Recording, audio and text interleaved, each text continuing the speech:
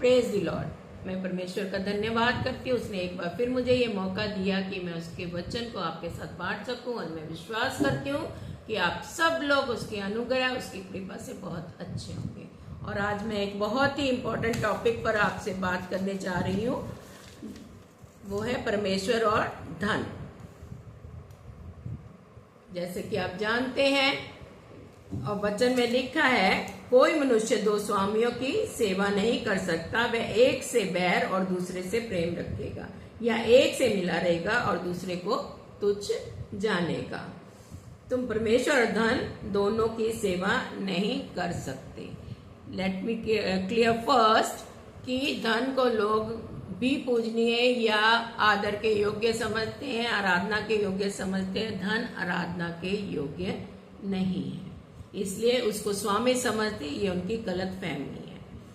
सिर्फ परमेश्वर ही है जिसने इस जगत को बनाया और हर एक चीज को उसने बनाया, हम लोगों को उसने बनाया। वो ही आदर, महिमा और आराधना के योग्य है। जैसे प्रकाशित वाक्य चैप्टर 5 वर्स 11-12 हमें बताती है, जब मैंने देखा तो उस सिंहासन और उन प्राणियों और प्राचीनों के चारों ओर बहुत से स्वर्गदूतों का शब्द सुना, जिनकी गिनती लाखों और करोड़ों की थी। और वे ऊंचे शब्द से कहते थे, वध किया हुआ मेमना ही समर्थ और धन और ज्ञान और शक्ति और आदर और महिमा और धन्यवाद के योग्य है। तो इससे क्या क्लियर होता है? धन आराधना के योग्य नहीं है, धन आराधना के लायक नहीं है। और यहाँ पर जो इन वर्सेस में हमने पढ़ा, ये यूहन्ना ने लिखा है प्रकाशित वाक्य, तो उसने क्या देखा कि उसने स्वर्ग में देखा है कि एक सिंहासन पर परमेश्वर का पुत्र बैठा है। परमेश्वर का पुत्र जिसको क्या वध किया हुआ मेमना, जो कि हमारी खातिर जो वध किया हुआ मेमना है, जो हमारी खातिर वध हुआ और परमेश्वर के दाहिनी ओर बैठा है। मौत मृत्यु पे, हमारे पापों पे, हमारे दुखों तकलीफों पे, सब पे जय पाकर परमेश्वर के दाहिनी ओर बैठा है। और वो ही क्या है? समर्थ, धन, ज्ञान, शक्ति, आदर, महिमा और धन्यवाद के योग्य है। तो किसको? परमेश्वर को धन चढ़ाया जाता है, धन की आराधना नहीं की जाती है। सबसे पहले हमें इस बात को समझना है। और जैसे कि परमेश्वर का वचन कहता है, सुई के नाके से ऊंट का निकलना तो सहज है, मीन्स आसान है, लेकिन धनवान का परमेश्वर के राज्य में प्रवेश करना असंभव है। संसार के लोग तो संसारिकता की वस्तुओं में उलझ कर रह जाते हैं, लेकिन हमारा जो ध्यान है या दिल है, दिमाग है, संसारिकता की वस्तुओं पर लगा रहता है। और हमारा फोकस क्या होना चाहिए? प्रभु यीशु मसीह होना चाहिए। जैसे 3 मजूसी, जबकि प्रभु यीशु मसीह के आजकल हम अब नेटिविटी के स्कूलों में तैयारियां चल रही हैं, प्रैक्टिसेस शुरू हो गई होंगी। तो क्या है, जब परमेश्वर का पता, प्रभु यीशु मसीह के जन्म का पता चला था, तो 3 मजूसी उसको गिफ्ट लेकर उसके लिए गए थे। क्या था? सोना, मोर और लोबान। तो सोना क्या है? वैभव को दर्शाता है, लेकिन हमें सोने को जो है वैभव दर्शाता है, या वैभव को प्राथमिकता नहीं देनी है। प्राथमिकता किसको देनी है? पुत्र को देनी है। कि पुत्र जो है वो वैभव के योग्य है, और उसी को, इसीलिए वो पृथ्वी पर आया, और वो ही आदर और महिमा के योग्य है। और पुत्र में ही जीवन है। वचन कहता है, पहले मन की चिंता कर, क्योंकि मन बहुत चंचल है, और मन की रक्षा कर। ये मन ही जो हमारा बहुत चंचल है, यही हमें विचलित कर देता है। और इसके मन की बातों को, मन की इच्छाओं को अपने ऊपर हावी मत होने दीजिए, जो कि हमें परमेश्वर से दूर ले जाती हैं। आगे मैं बताना चाहूंगी कि जैसे कि हमें ये डिसाइड करना है कि हमें धन की सेवा करनी है या परमेश्वर की। और धन तो सेवा के योग्य है ही नहीं है, धन के कोई आराधना के योग्य नहीं है। ये तो एक आंखों का धोखा है। धन क्या है? आंखों का धोखा है। और ग्रीक वर्ड में धन को मैमन कहा गया है। और कुछ लोग तो इसकी पूजा करते हैं, इसको कहते हैं ना गॉडेस ऑफ वेल्थ भी एक जगह बताते हैं। मैं इसके बारे में ज्यादा नहीं एक्सप्लेन करूंगी, आप सब लोग जानते हैं, बेहतर जानते हैं। तो लेकिन धन कोई भी महिमा, स्तुति और आराधना या वर्शिप के योग्य नहीं है। हमें ये डिसाइड करना है कि हमें किसको चुनना है। साम 24 की वर्स 1 बताती है, पृथ्वी और जो कुछ उसमें है यहोवा ही का है, जगत और उसमें निवास करने वाले भी। तो जो पृथ्वी की जो सृष्टि की, जैसे हमने जेनेसिस 1 में ही पढ़ा है, परमेश्वर ने सृष्टि की रचना करी, 6 दिन 7वें दिन विश्राम करा और 7वें दिन उसने कहा उसको मतलब पाक माना जाए। उस दिन हमें संसारिक कामों से मुक्ति करके ये नहीं आराम करना, चादर तान के सोना है और घर के काम करने, आज संडे है हमें छुट्टी हो गई है तो आज हमें ये करना है वो करना है, नहीं, उसमें ज्यादा समय हमें परमेश्वर के साथ बिताना है। तो इसलिए उसने कहा है कि ये सारी चीजें जो है आराधना के योग्य क्या है, परमेश्वर है जिसने सब कुछ बनाया, इवन आपको और मुझे भी बनाया। और जो यहोशू जो कहता है, यहोशू में जो है 24 वर्ष की चैप्टर की 15 वर्ष बताती है, वो कहता है कि परंतु मैं तो अपने घराने समेत यहोवा ही की सेवा नित्य करूंगा।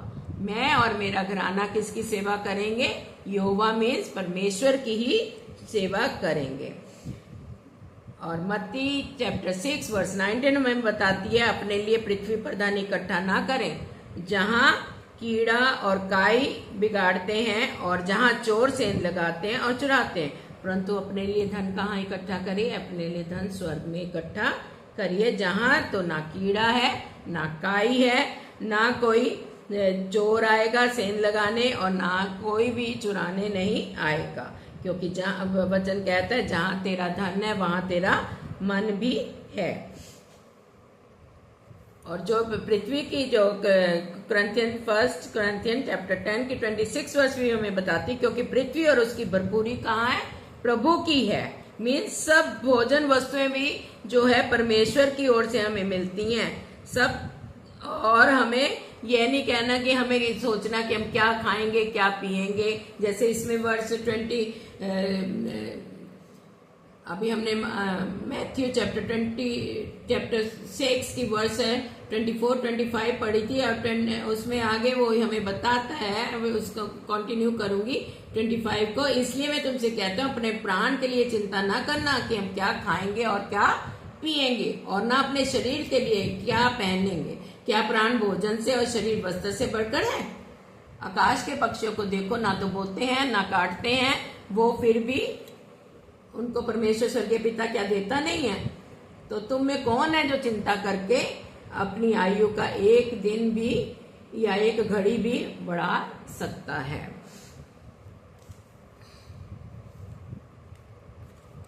और हमें जैसे कि हमें मैथ्यू 6 की चैप्टर 6 की 28 वर्ष भी हमें बताती है, यदि हम परमेश्वर पर भरोसा रखते हैं तो परमेश्वर हमारी सब जरूरतों को पूरा करेगा। परमेश्वर अपने बच्चों को कभी ना तो शर्मिंदा करता है और ना ही निराश करता है। वो तो हमारे मांगने से पहले ही जानता है कि हमें किस चीज की जरूरत है और वो हमारे लिए प्रोविजन करता है। कई बार हम प्रार्थना करते हैं, हम वर्ल्डली थिंग्स के लिए प्रार्थना करते हैं और कहते हैं कभी कभी हमारी प्रार्थना सुनी भी नहीं जाती, लेकिन और हम सोचते हैं प्रभु हमारी सुनता नहीं है। ऐसा नहीं है प्रभु सुनता नहीं है। प्रभु की इच्छा के अनुसार हम जो कुछ मांगेंगे वो हमें देता है। वो अपने वायदों को हाँ आमीन के साथ पूरा करता है। वो मनुष्य नहीं है कि बदल जाए, वो युगानुयुग एक सा ही है। जैसे कि उसमें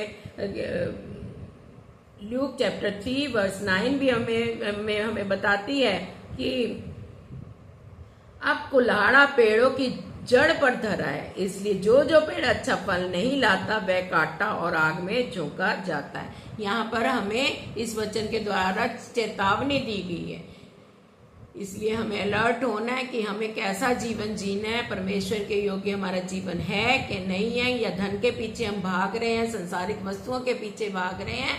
मैं उसके वचन कहता है उसके धर्म राज्य की खोज करो, बाकी चीजें तो तुम्हें स्वयं ही मिल जाएंगी।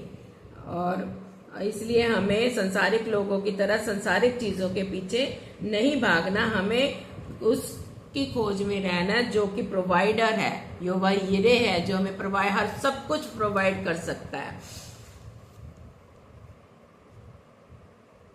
क्योंकि चिंता क्या है, चिता समान है, और चिंता करके हम एक दिन भी ना तो घटा सकते हैं और ना बढ़ा सकते हैं। और वचन हमें ये भी बताता है, 1 Corinthians chapter 15 verse 19 हमें बताती है, यदि केवल हम इसी जीवन में मसीह से आशा रखते हैं तो हम सब मनुष्यों से अभागे हैं। अब हमें सोचना है कि हमें इस, हमारे परमेश्वर ने हमें एक और आशा दी है, दूसरे जीवन की भी आशा दी है। एक दिन हम सब परमेश्वर के राज्य में जाएंगे, है ना, हमें आशा दी है। अगर हम इसी ही जीवन में आशा रखते हैं और अपनी सोच, अपनी समझ, अपनी बुद्धि का सहारा लेते हैं तो हमसे जैसा भागा कोई नहीं है। आगे हमें ये कहते हैं, रोमन 12 चैप्टर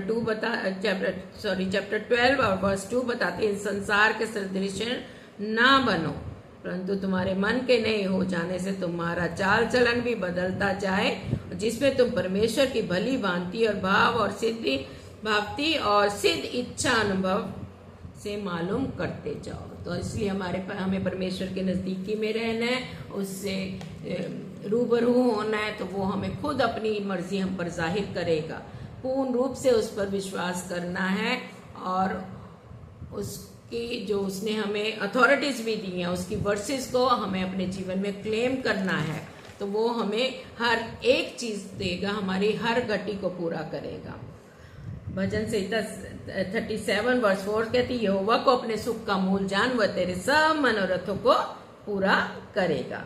और जैसे कि भजन संहिता चैप्टर 37 के 25 वर्स में दाऊद कहता है, क्योंकि दाऊद बहुत छोटी उम्र में, जो कि चरवाहा था, बहुत छोटी उम्र में चुन लिया गया था, और वो कहता है कि मैं तो लड़कपन से लेकर बुढ़ापे तक देखता आया हूं, परंतु ना तो कभी धर्मी को त्यागा हुआ, ना उसके वंश को टुकड़े मांगता हुआ देखा है। ये कोई छोटी बात नहीं है।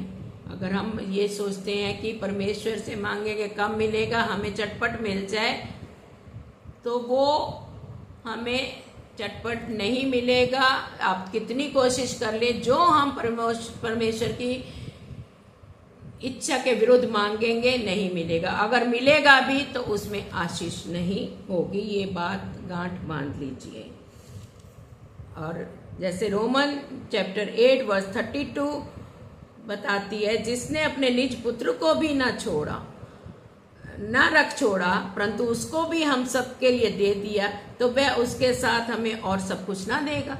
उसने तो हमारे खातिर अपने इकलौते बेटे तक को मतलब कुर्बान कर दिया, उसको नहीं, जो कि निष्कलंक मेमना था, जिसने कोई पाप नहीं किया था। उसने हमारे पापों को परमेश्वर ने अपने पुत्र पर लाद दिया, तो जो उसने अपना पुत्र ही दे दिया, क्या हमसे कोई कहे हमारा बेटा हम कुर्बान कर सकते हैं? कोई है किसी में इसमें इतना दम है जैसे इब्राहिम में था? या परमेश्वर ने अपने इकलौते पुत्र को दिया जो कि निष्कलंक मेमना था? क्या है किसी में इतना बूता? तो वो जिसने अपना बेटा तक बख्श दिया, तो क्या वो हमें नहीं देगा संसारिक चीजें? तो हम संसारिक चीजों के पीछे क्यों भागे? छोटी सी बात ये हमारे जहन में नहीं आ रही है कि पहले हम उसके धर्म राज्य की खोज करें, बाकी चीजें तो उससे मिल जाएंगी। उसको अपने सुख का मूल जानिए ना। वो हमें सब कुछ देने के लिए तैयार खड़ा है। वो हमारे हृदयों के दरवाजों पर खटखटा रहा है कि खोलो, मैं आना चाहता हूं। लेकिन हम अपने हट्टी स्वभावों से नहीं बदल रहे हैं। वो खुद नहीं उतर के आएगा, वो किसी के द्वारा काम करता है। वो अब इतने वीडियोस आप देखते हैं, इतने, मैं तो कुछ भी नहीं हूँ, एक जर्रे की तरह भी हूँ। मैं तो अभी 4 दिन से बोल रही हूँ, मुझे कोई ज्ञान नहीं है, कोई बुद्धि नहीं है, बिल्कुल मूर्ख हूँ। लेकिन मैं फिर भी कोशिश कर रही हूँ कि परमेश्वर ने मुझे जीवितों की पृथ्वी पर रखा है। जो कुछ भी मैं जानती हूँ या जो कुछ मैं पढ़ती हूँ या सीखती हूँ परमेश्वर के दासों के द्वारा, और तो मैं अन्य लोगों तक भी पहुंचा सकूं जो उसके वचन से अभी अज्ञान है, ताकि मैं अपनी रूह के साथ उनकी रूह को भी बचा सकूं। इसलिए मैं आपसे बस अंत में यही कहना चाहूंगी कि धन के पीछे मत भागिए, परमेश्वर पर भरोसा रखिए, क्योंकि धन तो एक क्या है, धोखा है। और इस भ्रम को अपने मन मस्तिष्क से निकाल दीजिए। और धन और आदर, और धन क्या है, आदर और महिमा के योग्य नहीं है, ना ही धन स्वामी है जिसकी हम प्रतिष्ठा करें या जिसकी हम दसिताइश करें, क्योंकि केवल परमेश्वर ही आदर, महिमा और धन के योग्य है, जिसे धन भेंट रूप चढ़ाया जाता है, ना कि धन की आराधना स्तुति की जाती है। और वचन कहता है कि पहले उसके राज्य और धर्म की खोज करो, बाकी चीजें तुम्हें स्वयं मिल जाएगी। और जो धन परमेश्वर की ओर से मिलता है उसमें कोई भी दुख शामिल नहीं होता। तो इसलिए मैं आपसे यही कहूंगी कि फॉर गॉड से आज ही हम इस पे मनन करें, सोचें। और बहुत प्रचारकों ने इस बारे में बोला है। आज जब हम अपने रात को जब भी हम अपने बिस्तरों पर सोने जाते हैं, और ये परमेश्वर से प्रार्थना कीजिए, और पवित्र आत्मा आपकी अगुवाई करेगा, मार्गदर्शन करेगा, और धन के पीछे भागना आप छोड़िए, परमेश्वर को पहला स्थान दीजिए, बाकी चीजें हम सबको स्वयं ही वो दे देगा। वो तो हाथ फैलाए खड़ा है, आओ मेरे पास आओ, मैं तुम्हें दूंगा, और सब संसार का सुख वैभव मैं सब कुछ तुम्हें दूंगा, जो तुम्हारी आंखों ने ना देखा हो, तुम्हारे कानों ने ना सुना हो, तुम्हारे चित्त में ना समाया हो, वो हमें ऐसी आशीषें देना चाहता है। लेकिन हमें भी उसके आज्ञाकारी बनना है, उसके प्रति वफादार बनना है, इब्राहिम की तरह, दाऊद की तरह, हनोक की तरह, मूसा की तरह। तभी हम उसके राज्य में भी प्रवेश कर सकते हैं, और वो भरपूरी के हमें आशीषें देगा जो हमारी समझ से पूरे। God bless you, thank you.